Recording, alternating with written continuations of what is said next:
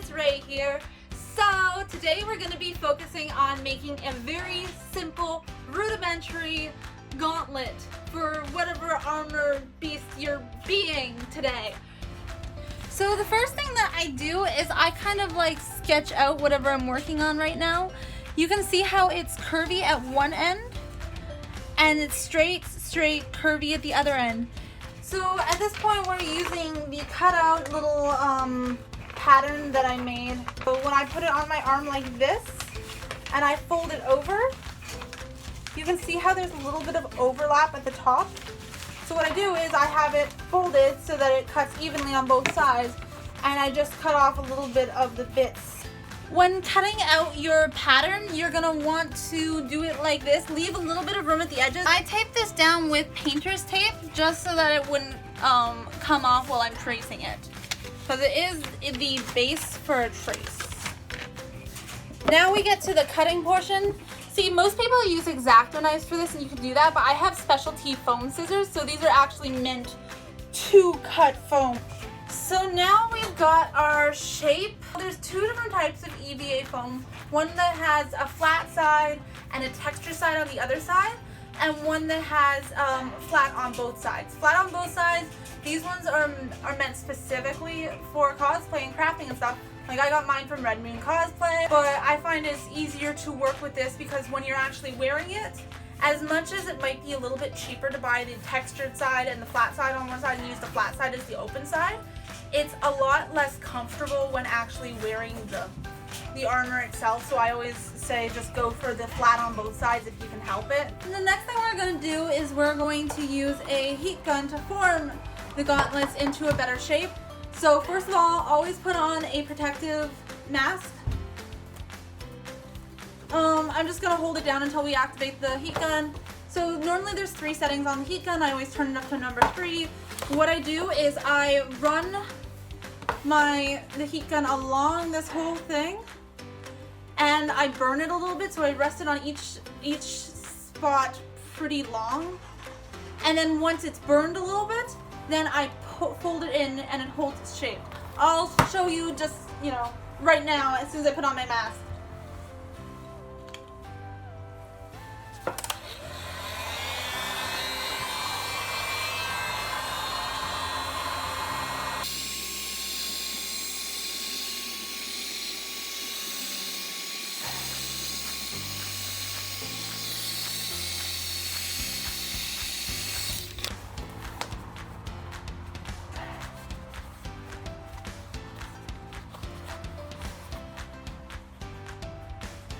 Roll it like a burrito, let it rest, but as soon as it's not warm, look at that. Look at how much it holds its shape, and I don't have to do anything. So I'm gonna take my little thing of water here, my crappy dollar store brush, and then Barg's cement glue, because Barg's cement glue is my preferred use and most crafters use for the for anything to do with cement glue. If you have access to Barg's from somewhere, I got again mine from Redmoon Cosplay. Like if you have access to Barg's, that's what I recommend. You can use other cement glue, it just might not have as big of a hold. Basically what you're going to want to do is you're going to want to squirt some of the contact cement onto the paintbrush, and then you'll want to take this and paint it along the edges.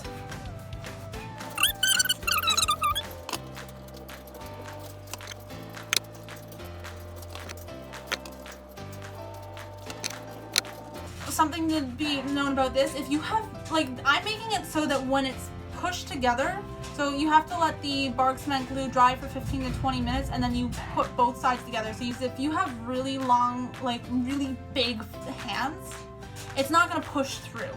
So with this, when I have, when it's dry and I can put it together, I'll put it in and I'll slip it through no problem. But that's, the ends always have a little bit of give because it's EVA foam. But that's just because I have really narrow fingers as well. If you have thicker fingers, what you're gonna want to do is you're gonna want to still like do it the same way that you have it here for the most part, but instead of putting glue on either side and then putting it together, you'll want to just put Velcro along the entire edges on either side and use that as the sealer instead of using contact cement. Okay, so now we're gonna take these, since it's been about 17-ish minutes, and we're gonna press the pieces together like that.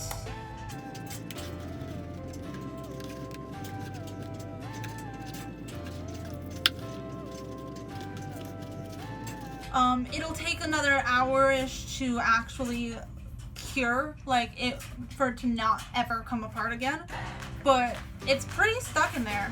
Like that's pretty done. There's the look. It's super skin tight. This is why you wouldn't really be able to have any clips underneath it, but it has a smooth, nice finish to it. I don't like to cut it normally before I know what I'm going to do with it, but I just kind of wanted to show that to you. The reason why we make it extra long and skin tight is because you'll probably be chopping off this part and this part, but normally on a gauntlet for a specific character, it has a shape to it at the front and a shape to it at the back.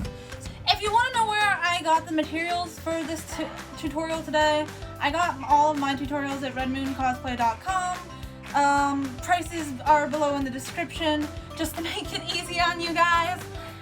Like, I know when I first started off, it was really hard to find places to not only resources on how to make the stuff, but it was also really hard to find stuff on where to buy all the materials, and it's really nice having one website that has it literally all in one place. So that's always where I go.